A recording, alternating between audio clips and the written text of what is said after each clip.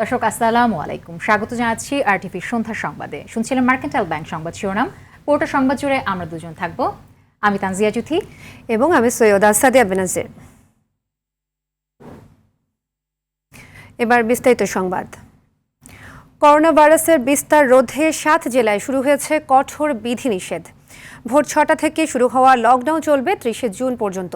জেলাগুলো হলো নারায়ণগঞ্জ, গাজীপুর, মুন্সিগঞ্জ, মানিকগঞ্জ, রাজবাড়ী, মাদারীপুর ও গোপালগঞ্জ। এদিকে করোনা ও এর উপসর্গ নিয়ে খুলনা ও রাজশাহী বিভাগে আরও 47 জনের মৃত্যু হয়েছে।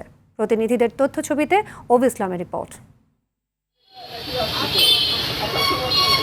করোনার ঢেউ থামাতে রাজধানীকে কার্যত বিচ্ছিন্ন করতে পাশের 7 জেলায় শুরু হলো কঠোর লকডাউন। জেলাগুলো হলো নারায়ণগঞ্জ, গাজীপুর, মুন্সিগঞ্জ, মানিকগঞ্জ, রাজবাড়ী, মাদারীপুর ও গোপালগঞ্জ।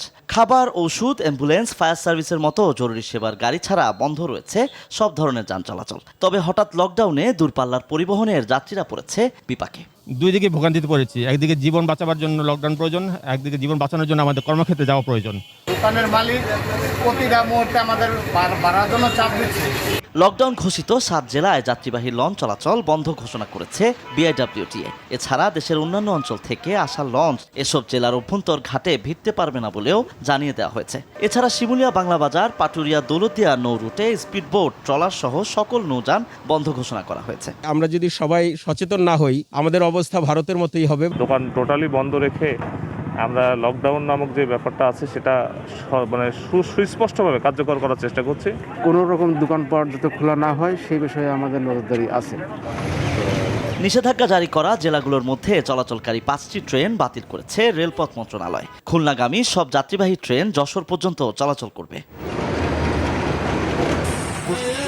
এদিকে করোনা ও এর উপসর্গ নিয়ে খুলনা ও রাজশাহী বিভাগে আরও 47 জনের মৃত্যু হয়েছে। এর মধ্যে খুলনা জেলায় মারা গেছে 12 জন। যশোরে 253 জনের করোনা শনাক্ত হয়েছে, মারা গেছে 10 জন। 9 জনের মৃত্যু হয়েছে সাতক্ষীরায়।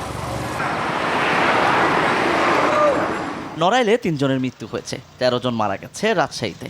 ফরিদপুর ও টাঙ্গাইলে মৃত্যু হয়েছে 5 জনের। কুষ্টিয়ায় করোনায় নতুন করে মারা গেছে আরও 5 জন। 7 জেলা ছাড়াও দেশের অনেক জায়গায় বিধিনিষেধ দিয়ে করোনা নিয়ন্ত্রণের চেষ্টা করা হচ্ছে। অভি ইসলাম, টিভি।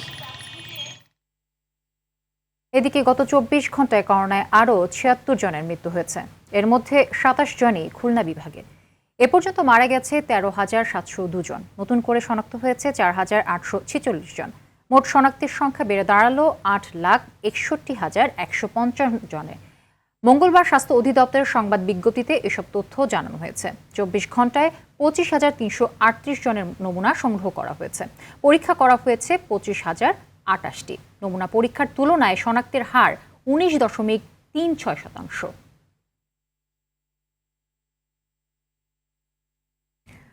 রাজধানী ঢাকার বস্তি ও বস্তির আশেপাশে এলাকায় বসবাসকারী 71% মানুষের দেহে করোনা অ্যান্টিবডি তৈরি হয়েছে। চট্টগ্রামে এই হার 55%।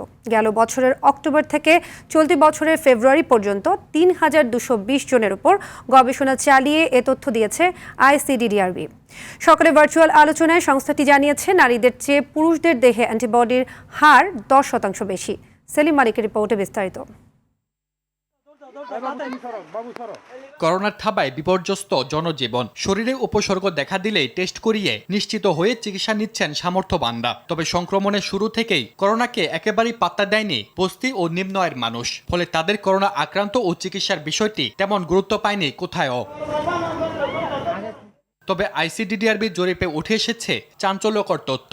সংস্থাটি গবেষণা বলছে, ঢাকার বস্তিবাসীদের 71%ই কোনো না কোনোভাবে করোনায় সংক্রমিত হয়েছেন। আর চট্টগ্রামে এই হার 55%। আর তাদের মধ্যে মাত্র 35.5% মানুষের গায়ে মৃদু উপসর্গ দেখা গেছে। 70 জন মানুষের এই অ্যান্টিবডিটা পজিটিভ আসছে।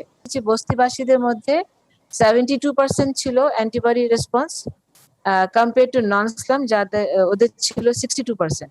দুইটাই কিন্তু বেশ হাই, কিন্তু স্লামটা নন স্লাম থেকে বেশি। আইসিডিডিআরবির জরিপে স্বল্প শিক্ষিত, অধিক ওজন ও অন্যান্য রোগে আক্রান্তদের মধ্যে করোনার প্রভাব বেশি দেখা গেছে। নর্মাল যাদের বিএমআই ছিল তাদের তুলনায় যাদের ওভারওয়েট ছিল তাদের রিস্ক বেশি ছিল। 1.2 বা 1.3 টাইমস বেশি ছিল। বিশেষজ্ঞরা বলছেন সবাইকে টিকার আওতায় আনা না গেলেও মাস্ক ব্যবহার ও পরিষ্কার পরিচ্ছন্নতার দিকে নজর দেওয়ার পরামর্শ তাদের। মাস্ক যদি পরেন, দ্যাটস দ্য বেস্ট ভ্যাকসিন। হাত পরিষ্কার করেন, হ্যান্ড ওয়াশিং করেন এবং ডিস্টেন্স মেনটেন করেন। ডিস্টেন্স মেনটেন হয়তো ঢাকা শহরে, চট্টগ্রাম শহরে এতটা সম্ভব না, মাস্ক পরাটা এটা কিন্তু অবশ্যই এটা সম্ভব, এটা সম্ভব করতে হবে। সেলিম মালিক, RTV, ঢাকা। এবার অন্যান্য প্রসঙ্গ। বৃষ্টিতে তলিয়ে গেছে রাজধানীর বিভিন্ন গুরুত্বপূর্ণ সড়ক। মুষলধারে বৃষ্টির কারণে বিপাকে পড়তে হয় অফিসগামী মানুষকে। জলবদ্ধতা দুর্ভোগের কারণে ক্ষোভ জানিয়েছেন বিভিন্ন শ্রেণী পেশার মানুষ। রাজারবাগ পুলিশ লাইন, মতিঝিল, পল্টন ও মিরপুর সহ বেশ কিছু গুরুত্বপূর্ণ সড়কে জলবদ্ধতার ফলে যানবাহন বিকল হওয়া সহ যানজটও দেখা যায়। বৃষ্টির অজুহাতে ছোট গণপরিবহনগুলোতেও চড়তে গুনতে হয় কয়েক গুণ ভাড়া। এদিকে আগামী 24 ঘন্টায় রাজধানী সহ দেশের বিভিন্ন স্থানে হালকা থেকে মাঝারি ও ভারী বর্ষণের কথা জানিয়েছে আবহাওয়া অধিদপ্তর।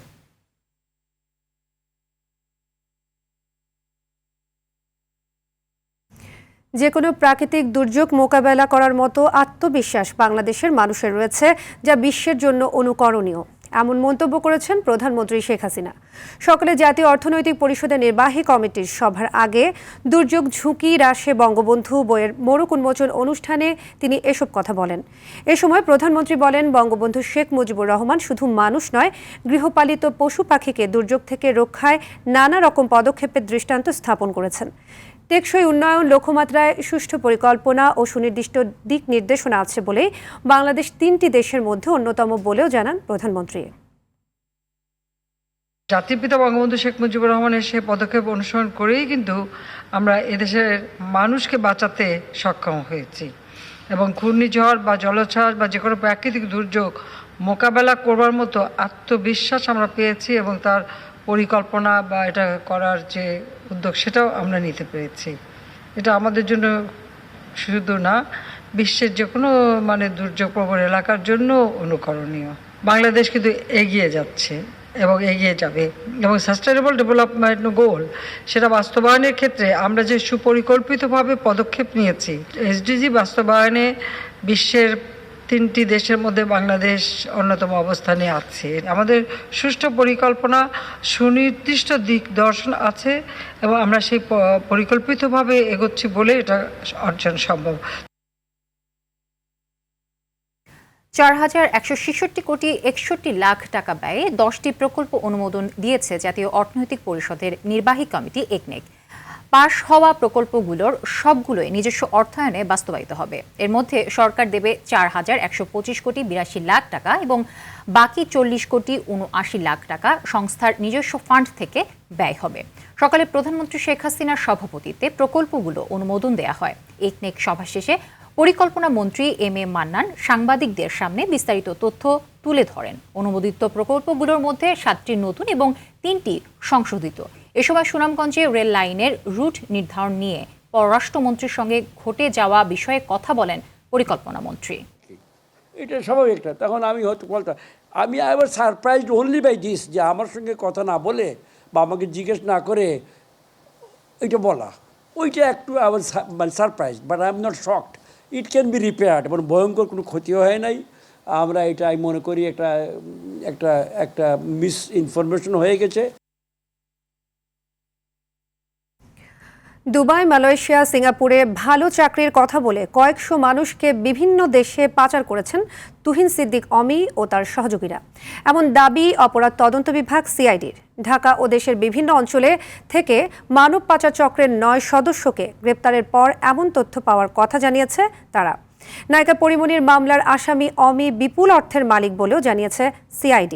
Apple শাহরিয়ারের report. নায়িকা পরিমণিকে ধর্ষণ ও হত্যা চেষ্টার আসামি তুহিন সিদ্দিক অমিকে গ্রেপ্তারের পর তার অপকর্মের সন্ধানে মাঠে নামে আইনশৃঙ্খলা বাহিনী। রিক্রুটিং এজেন্সির আড়ালে বিদেশে মানব পাচারে জড়িত থাকার প্রমাণ পায় CID। তার সহযোগী 9 জনকে গ্রেপ্তারের পর দেশে প্রায় 50টি এজেন্টের তালিকা পেয়েছে সংস্থাটি। দুবাই, সিঙ্গাপুর, মালয়েশিয়াতে লোক পাঠানোর জন্য টাকা নেয়। টাকা নিয়ে তারা অনেক সময় সেই ঠিকমতো লোক পাঠায় না। টাকা যারা বিদেশে যাওয়ার প্রার্থী তারা দীর্ঘদিন ধরে সেখানে ঘুরে, কিন্তু সে টাকা ফেরত পায় না। আমরা যাদেরকে গ্রেফতার করছি প্রত্যেকেই প্রত্যক্ষভাবে এই মানব পাচারের সাথে অমিতের সহকারী হিসেবে কাজ করে। অমি ও তার সহযোগীরা দীর্ঘদিন ধরে সংঘবদ্ধভাবে বিভিন্ন দেশে মানব পাচার করে কম সময়ে নামে বেনামে বিপুল অর্থের মালিক হয়েছে। আমরা ইতিমধ্যে জানতে পেরেছি যে আসলে এই তুহিন সিদ্দিকী অমি তার দীর্ঘদিন ধরে এই ব্যবসার সাথে জড়িত, এই ম্যান পাওয়ার মানব পাচারের সাথে জড়িত। তুহিন সিদ্দিকী অমি অলরেডি সে পুলিশ কাস্টডিতে আছে এবং সেটা ঢাকা মেট্রোপলিটন পুলিশের রিমান্ডে আছে। এরই মধ্যে অমির 4টি বিলাসবহুল গাড়ি, 395টি পাসপোর্ট ও বিভিন্ন ব্যাংকের চেক বই সহ গুরুত্বপূর্ণ কাগজপত্র জব্দ করেছে CID. Apple Shahriar, RTV, Dhaka. এদিকে আন্তর্জাতিক নারী পাচার চক্রের প্রধান সমন্বয়কারী নদী আক্তারকে যশোর সীমান্ত থেকে গ্রেপ্তার করা হয়েছে বলে জানিয়েছে পুলিশ। কয়েকটি সিনেমায় সাইড নায়িকা হিসেবে অভিনয় করা নদীকে সহায়তা করত সীমান্ত এলাকার কয়েকজন জনপ্রতিনিধি। এদের বিরুদ্ধেও আইনগত ব্যবস্থা নেওয়া হবে বলে জানায় পুলিশ। বিস্তারিত থাকছে আপেল শাহরিয়ারের রিপোর্টে।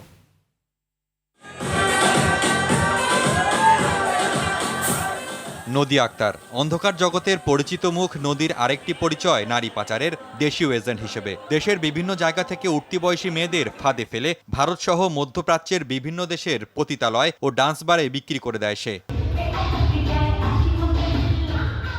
বিশ্বের বিভিন্ন দেশে নিয়মিত যাতায়াত করা নদী এরই মধ্যে রপ্ত করেছে হিন্দি, তামিল, মালয়, আরবি সহ বেশ কয়েকটি ভাষা।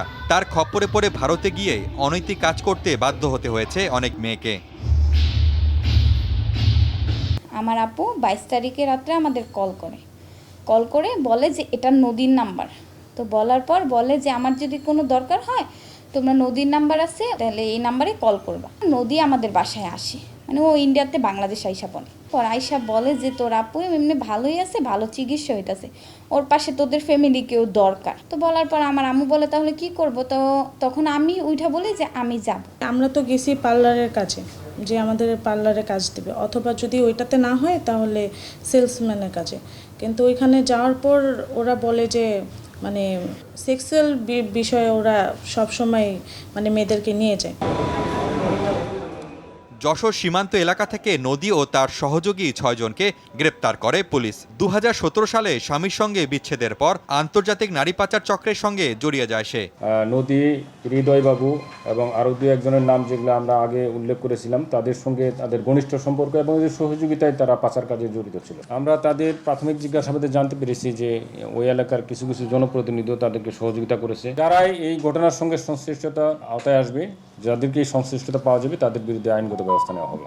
নারী পাচারের মামলায় বাংলাদেশে 20 জনকে গ্রেপ্তার করেছে হাতিরঝিল থানা পুলিশ। ভারতে গ্রেপ্তার হয়েছে 11 বাংলাদেশি সহ 12 জন। আপেল শাহরিয়ার, RTV, ঢাকা। নিজের শহরের রাস্তায় নারীরা নিরাপদ নয়। রাজধানীর বেইলি রোডে নিগৃহীত হওয়া এক নারীর এমন ফেসবুক স্ট্যাটাস সম্প্রতি ব্যাপক আলোচনায় এসেছে। অনেকেই ভুক্তভোগী এই নারীর সঙ্গে একমত পোষণ করে ফেসবুকে নিজেদের অভিজ্ঞতা তুলে ধরেছেন। তারা বলছেন, রাজধানীর রাস্তায় চলাফেরা করতে গিয়ে ছিনতাই, আতঙ্ক সহ নানা রকম নিরাপত্তাহীনতায় ভোগেন। নারী নেত্রীরা বলছেন, নিরাপত্তা নিশ্চিত করতে না পারলে দেশের নারীর ক্ষমতায়ন সম্ভব না। আতিকার রহমানের রিপোর্ট। সম্প্রতি রাজধানীর বেইলি রোডে সন্ধ্যায় হাসপাতালে যাওয়ার পথে হামলার শিকার হন ইউলাব বিশ্ববিদ্যালয়ের শিক্ষার্থী ও থিয়েটার কর্মী জুডি রোজারিও। তিনি জানান, সন্ধ্যায় রাস্তাটা একটু নির্জন ছিল। হঠাৎ করে 2 জন যুবক তাকে এসে এলোপাথারি মারধর করেন। সাহায্য চেয়ে চিৎকার করলেও কেউ এগিয়ে আসেননি। আমি চাই না যেটা আমার সাথে হলো এটা অন্য কারোর সাথে হোক। আমি চাই যে এই শহরে আমরা সবাই সেফভাবে চলাফেরা করতে পারি। যাদেরকে বাইরে যেতে হচ্ছে, কাজ করতে হচ্ছে, আমি অফিস থেকে বাসায় সেফলি ফিরতে পারবো না, এটা কেমন কথা? কোনো রিজন ছাড়া এসে আমাকে অ্যাটাক করা হলো। এটার দায়িত্ব কাউকে না কাউকে তো নিতে হবে। আমার শহরের রাস্তায় আমি নিরাপদভাবে নির্বিঘ্নে চলতে চাই। পরে এক পথচারীর সহযোগিতায় হাসপাতালে গিয়ে চিকিৎসা নেন। এরপর জুডো ফেসবুকে সেদিনের অতর্কিত হামলার ঘটনা এবং ঢাকা শহরে নারীদের নিরাপত্তাহীনতার বিষয়টি তুলে ধরেন। সেখানে তার সঙ্গে একমত পোষণ করেন অনেক নারী। তারা বলছেন, 2021 সালে এসেও নারী বান্ধব নয় ঢাকা শহর। প্রায় রাজধানীর বিভিন্ন স্থানে ছিনতাইয়ের কবলে পড়েন নারীরা। ছিনতাইকারীদের হাতেও প্রাণ দিতে হয়েছে অনেককে। যৌন হয়রানির ঘটনাও ঘটছে প্রতিনিয়ত। বাসে উঠবো ঠিকই, কিন্তু বাসে ওঠার সময় যে ইনসিকিউরিটিটা, যে আমাকে কে টাচ করবে, আমি বসবো, আমার পাশে কোন লোকটা বসবে সেই লোকটা আমাকে বাজেভাবে দেখতেছে কিনা। কোনো একটা প্রবলেমে পড়ি তখন কোনো মানুষ না খুব একটা আগায় আসে না যদি একা থাকি, বিকজ তারা ভাবে হয়তো বা কিছুতে ফেসে যাব নাকি। নারী নেত্রীরা বলছেন এখনো ঢাকাসহ নারীদের জন্য নিরাপদ হয়ে ওঠেনি, তৈরি হয়নি নিরাপদ কর্মপরিবেশ। মহানগরীতে নারীদের কোনো রকম নিরাপত্তা নেই, সেটা তার চলার ক্ষেত্রে, তার কর্মক্ষেত্রে, তার যাতায়াতের ক্ষেত্রে ভীষণভাবে তারা নিগৃহীত হয়। আমরা চাইবো যে আইন শৃঙ্খলা রক্ষাকারী বাহিনী অত্যন্ত তৎপর হোক। ডিএমপির মিডিয়া বিভাগের মুখপাত্র জানালেন, নারীদের নিরাপত্তার কাজে জরুরি জাতীয় সেবার পাশাপাশি পুলিশের কুইক রেসপন্স টিম কাজ করছে। ইমার্জেন্সি আপনার যেটা মনে থাকে আপনি 999-ও ফোন করতে পারেন। তো এই সুবিধাগুলো কিন্তু আমাদের নারী পুরুষ সকলের জন্যই করা হয়েছে এবং এগুলোর ভিত্তিতে কিন্তু অনেক ধরনের সমস্যার সমাধানও হচ্ছে। গুরুত্বের সাথেই আমরা এই বিষয়গুলোকে বিবেচনায় সবসময় নিয়েছি এবং এখন আরও বেশি করে নিচ্ছি। শুধু কাগজে কলমে নয়, নারীদের জন্য নিরাপদ শহর গড়তে সরকারের আরও কার্যকরী পদক্ষেপ নেওয়ার দাবি জানালেন সচেতন নারীরা। আতিকা রহমান, RTV, ঢাকা। রাজধানীর খিলগাঁও তিলতাপাড়ার 7 নং কালভার্ট খালে পড়ে নিখোঁজ যুবককে এখনও উদ্ধার করতে পারেনি ফায়ার সার্ভিস। সকালে যুবকটি খাল থেকে বোতল কুড়াতে গিয়ে সেখানে পড়ে যান এবং নিখোঁজ হন। পরে দিনভর ফায়ার সার্ভিসের ডুবুরিরা তল্লাশি চালান, কিন্তু খালে ময়লা আবর্জনা ও তার নিচে তীব্র স্রোত থাকায় উদ্ধার অভিযান ব্যাহত হয়। ফায়ার সার্ভিস বলছে যে পর্যন্ত যুবকটিকে উদ্ধার না করা যাবে তাদের অভিযান চলবে।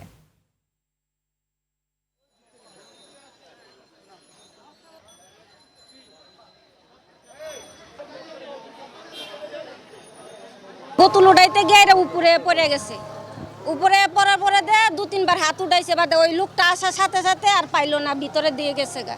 এরকম হওয়ার মেইন কারণটা হচ্ছে এই কালটা খোলা যদি না থাকতো তাহলে আপনার মনে করেন এইভাবে কুকুর বিড়াল মানুষ কাউরে এইভাবে ক্ষতি হইতো না। আমরা পানির নিচে বিভিন্ন জায়গায় যে অবস্টাকলগুলো সরিয়ে একেবারে A to Z আমরা সার্চ করে আসছি। এতটুকু পর্যন্ত এখন আমরা কারো বডির সন্ধান এখনো মিলেনি। তারপরে আমরা আরও সামনের দিকে প্রস্তুত হব। কোরবানির ঈদকে সামনে রেখে আবারও সক্রিয় জাল টাকা তৈরির কারিগররা। গেল রাতে গোয়েন্দা তথ্যের ভিত্তিতে জাল টাকা তৈরির সময় রাজধানীর বাড্ডা এলাকা থেকে 50,000 টাকার সমমূল্যের জাল নোট ও টাকা তৈরিতে ব্যবহৃত সরঞ্জাম সহ একজনকে গ্রেফতার করেছে র্যাব 10। বাড্ডা এলাকায় অভিযান চালিয়ে জাল নোট তৈরিতে ব্যবহৃত একটি ল্যাপটপ, মোবাইল ফোন, নগদ টাকা উদ্ধার করেছে র্যাব। কারওয়ান বাজারে র্যাবের মিডিয়া সেন্টারে সংবাদ সম্মেলনে জানানো হয়, সংঘবদ্ধ একটি চক্র গরুর হাট সহ বাজারে এই টাকা সরবরাহের জন্য জাল নোট তৈরি করে আসছিল।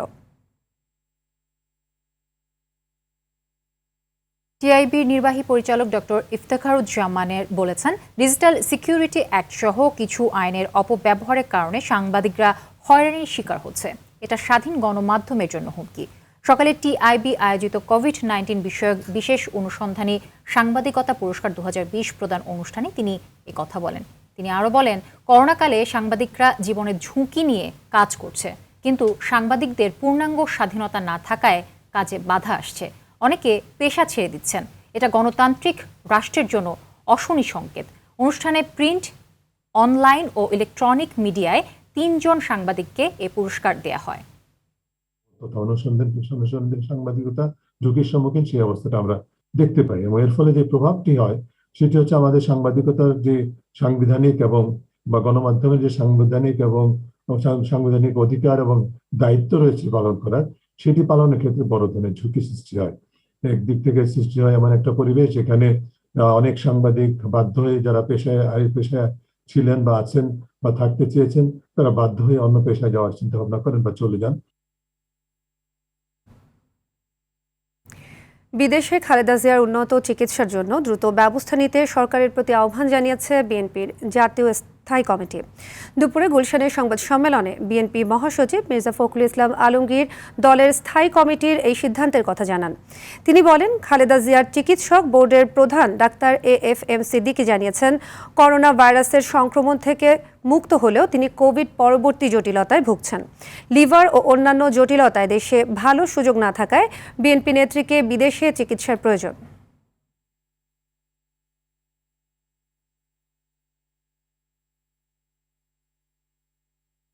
তার লিভার ও অন্যান্য জটিলতার চিকিৎসা বিদেশে কোনো উন্নত কেন্দ্রে হওয়া প্রয়োজন। বাংলাদেশে যার সুযোগ তুলনামূলকভাবে কম, তার পূর্ণাঙ্গ চিকিৎসা প্রয়োজন।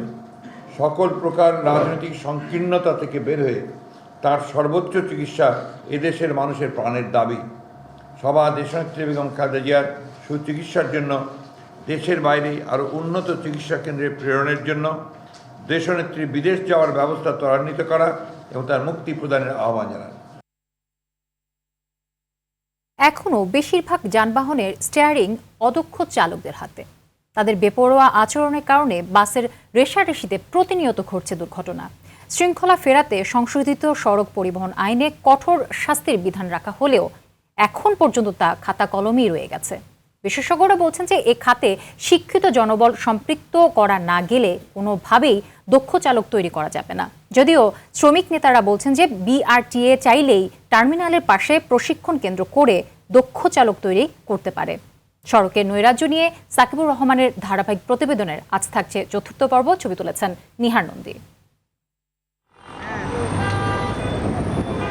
সড়কে পাল্লা দিয়ে গাড়ি চালানোর এমন দৃশ্য রাজধানীর প্রতিদিনের ঘটনা। কে কাকে আটকে রেখে আগে যেতে পারেন এমন প্রতিযোগিতা বাস চালকদের মধ্যে। টাকার লোভে পরিবহন মালিকরা অদক্ষ, অনেক সময় অপ্রাপ্ত চালকদের হাতে গাড়ির স্টিয়ারিং তুলে দেন। এতে জীবনের ঝুঁকি বাড়ছে সাধারণ মানুষের। শ্রমিক নেতারা বলছেন বাস টার্মিনালগুলোতে প্রশিক্ষণ কেন্দ্র করা হলে তারা শ্রমিকদের দক্ষ করে গড়ে তুলতে পারবেন। প্রত্যেকটা টার্মিনালে বা যদি একটা ইনস্টিটিউট করে যে হলো ড্রাইভারদের ট্রেনিংয়ের জন্য, সেখানে হলো আমরাও অংশগ্রহণ করব, মালিকরা অংশগ্রহণ করব, পুলিশের লোক থাকলো, বিআরটির লোক থাকলো। এইভাবে যদি আমরা পক্ষগুলো আমরা যদি তাদেরকে বুঝাইতে পারি তাহলে দুর্ঘটনা অনেক অংশ কমে আসবে। বিআরটিএ বলছে দক্ষ চালক তৈরির জন্য ইতোমধ্যে কয়েকটি প্রশিক্ষণ কেন্দ্র করেছেন। সেখান থেকে প্রতি বছর দক্ষ চালক বেরিয়ে আসছে। ড্রাইভিং লাইসেন্স রিনিউ করতে আসে পেশাদার লাইসেন্স আমরা বাধ্যতামূলকভাবে তাদের একটা রিফ্রেশার ট্রেনিং দিয়ে দিচ্ছি। অর্থাৎ যে সমস্ত ড্রাইভার লাইসেন্স আছে তাদেরকে পুনরায় ট্রেনিং দিয়ে তাদেরকে লাইসেন্স রিনিউ করতেছে। এর পাশাপাশিও কিন্তু সরকার সেফ প্রকল্পের মাধ্যমে, বিআরটিসির মাধ্যমে, সেফ প্রকল্প গ্রহণের মাধ্যমে 5 বছরে 1 লক্ষ গাড়ি চালক তৈরি কার্যক্রম গ্রহণ করা হয়েছে। তবে পরিবহন বিশেষজ্ঞরা বলছেন যতদিন পরিবহন খাতকে সুনির্দিষ্ট পদ্ধতির আওতায় আনা না যাবে ততদিন শিক্ষিত লোকজন এই পেশায় আসবেন না। আর শিক্ষিত জনবল ছাড়া একে সুশৃঙ্খল করা যাবে না। আমাদের এই পরিবহন সেক্টরটা এখনো আমরা ফর্মালাইজেশন করতে পারিনি। এটা ফর্মাল কোনো সেক্টর না, এখানে কোনো বেতন কাঠামো নাই। শিক্ষিত লোক কেন আসবে? এবং সবচেয়ে বড় কথা হচ্ছে যে আমাদের পরিবহন সেক্টরে যারা প্রতিনিধিত্ব করছেন তারা কিন্তু এই শিক্ষিত বিষয়টি সবসময় উপেক্ষিত করেছেন। পরিবহন চালকদের জীবন ও জীবিকার বিষয়টি নিশ্চিত করা না গেলে দক্ষ চালকও তৈরি হবে না বলেও জানালেন তিনি। চালকদেরকে সময় সময় আমি বলবো তাদেরকে রক্ষণাত্মক ড্রাইভিং, ট্রাভেল শুটিং সহ নৈতিক যে বিষয়গুলো তাদেরকে শিক্ষা দিতে হবে। সাকিবুর রহমান, RTV, ঢাকা। পানি সম্পদ উপমন্ত্রী AKM এনামুল হক শামীম বলেছেন, সারা দেশে ঝুঁকিপূর্ণ এলাকার মানুষকে নদী ভাঙন থেকে রক্ষায় করোনার মধ্যেও কাজ করছে পানি সম্পদ মন্ত্রণালয়। দুপুরে শরীয়তপুরের ভাঙন কবলিত এলাকা পরিদর্শন শেষে তিনি একথা বলেন। গোসাইরহাটে স্থায়ী বাঁধের জন্য 635 কোটি টাকা ব্যয়ে একটি প্রকল্প প্রণয়নের আশ্বাস দিয়ে তিনি আরও বলেন, বঙ্গবন্ধু যদি আওয়ামী লীগের মাধ্যমে বাংলাদেশ স্বাধীন না করতেন তাহলে আজও দেশের সবাইকে পাকিস্তানিদের গোলামি করতে হতো।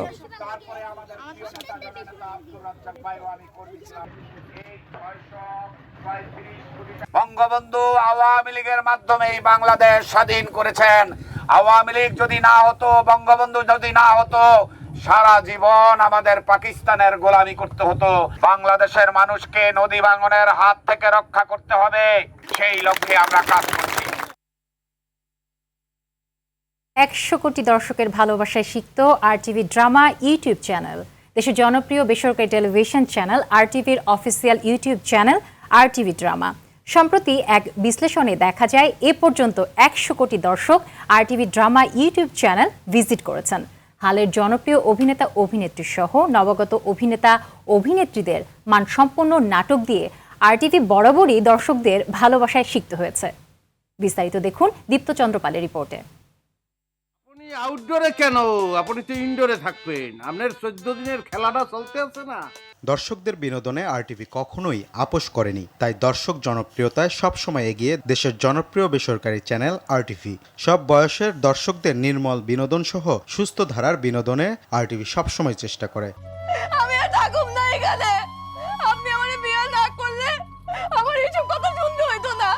তারই ধারাবাহিকতায় আরটিভি নির্মাণ করে মানসম্পন্ন নাটক আর বিভিন্ন বিনোদনমূলক অনুষ্ঠান, যার ফলস্বরূপ 5 বছরের কম সময়ে 100 কোটি দর্শক আরটিভি ড্রামা ইউটিউব চ্যানেলকে ভালোবাসায় সিক্ত করেছে। আমরা চারপাশে দেখছি বাংলা নাটকের জয় জয়কার। ইউটিউব বিশ্লেষণে দেখা যায় এখন পর্যন্ত এই চ্যানেলে সবচেয়ে বেশি দেখা হয়েছে যমজ 10। নাটকটি প্রায় 22 মিলিয়ন দর্শক দেখেছেন। এছাড়া ঘাওড়া মজিদ, এখন শ্বশুরবাড়ি, ভাই প্রচুর, দাওয়াত খায়, মহব্বত ব্যাপারীর মতো নাটকগুলো দেখা হয়েছে 10 মিলিয়নের বেশিবার। ঈদুল ফিতরে যমজ 14, নামকরণ, রক্ত, এই মন তোমারি, ঢাকায়া খানদান সহ 28টি একক নাটক প্রচারিত হয় এই ইউটিউব চ্যানেলে। কদম গাছের ডালে তুমি আমি এক হলে বাচ্চা আসবে কোলে। চ্যানেলটিতে বর্তমানে জনপ্রিয় ধারাবাহিক নাটক শান্তিমলম 10 টাকা, টুইন ভিলেজ দর্শক প্রিয়তায় এগিয়ে আছে।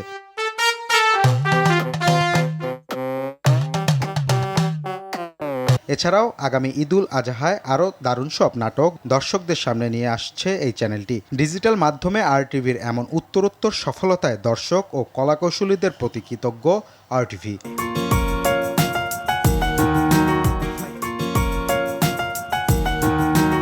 দীপ্তচন্দ্র পাল, আরটিভি। সুনামগঞ্জের নোয়াগাঁও গ্রামে হিন্দু অধ্যুষিত এলাকায় লুটপাট ও ভাঙচুর মামলার প্রধান আসামি ইউপি সদস্য শহীদুল ইসলাম জামিন পেয়েছেন। তবে এখনও জামিন পাননি হেফাজত নেতা মামুনুল হককে সমালোচনা করে ফেসবুকে স্ট্যাটাস দেয়া সুমন দাস। সুনামগঞ্জ সংবাদদাতা বিন্দু তালুকদারের তথ্যচিত্রে নুসরাত জাহান সিনথি জানাচ্ছেন বিস্তারিত। গত 17 মার্চ সুনামগঞ্জের নোয়াগাঁয়ে ঝুমন দাস নামে এক যুবকের ফেসবুক আইডি থেকে হেফাজত নেতা মামুনুল হককে সমালোচনা করায় মামুনুলের অনুসারীরা হিন্দু অধ্যুষিত নোয়াগাঁয়ে 88 বাড়িতে হামলা, ভাঙচুর এবং লুটপাট চালায়। এই ঘটনায় হওয়া 3টি মামলায় স্বেচ্ছায় আত্মসমর্পণ করার সহ 94 জনকে আটক করে পুলিশ, যার মধ্যে 11 জন আদালতে স্বীকারোক্তিমূলক জবানবন্দি দিয়েছে। তবে সম্প্রতি মামলার প্রধান আসামি ইউপি সদস্য শহীদুল ইসলাম সহ মোট 18 আসামিকে জামিন দিয়েছে আদালত।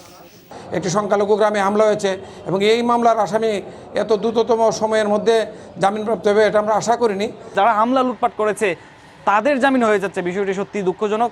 যে ওই হামলার সাথে জড়িত যে মূল মদতদাতা স্বাধীন মেম্বার, তাকে জামিন দেওয়া হয়েছে। আমাদের কাছে মনে হয় যে এটি একটি তামাশা ছাড়া আর কিছু নয়।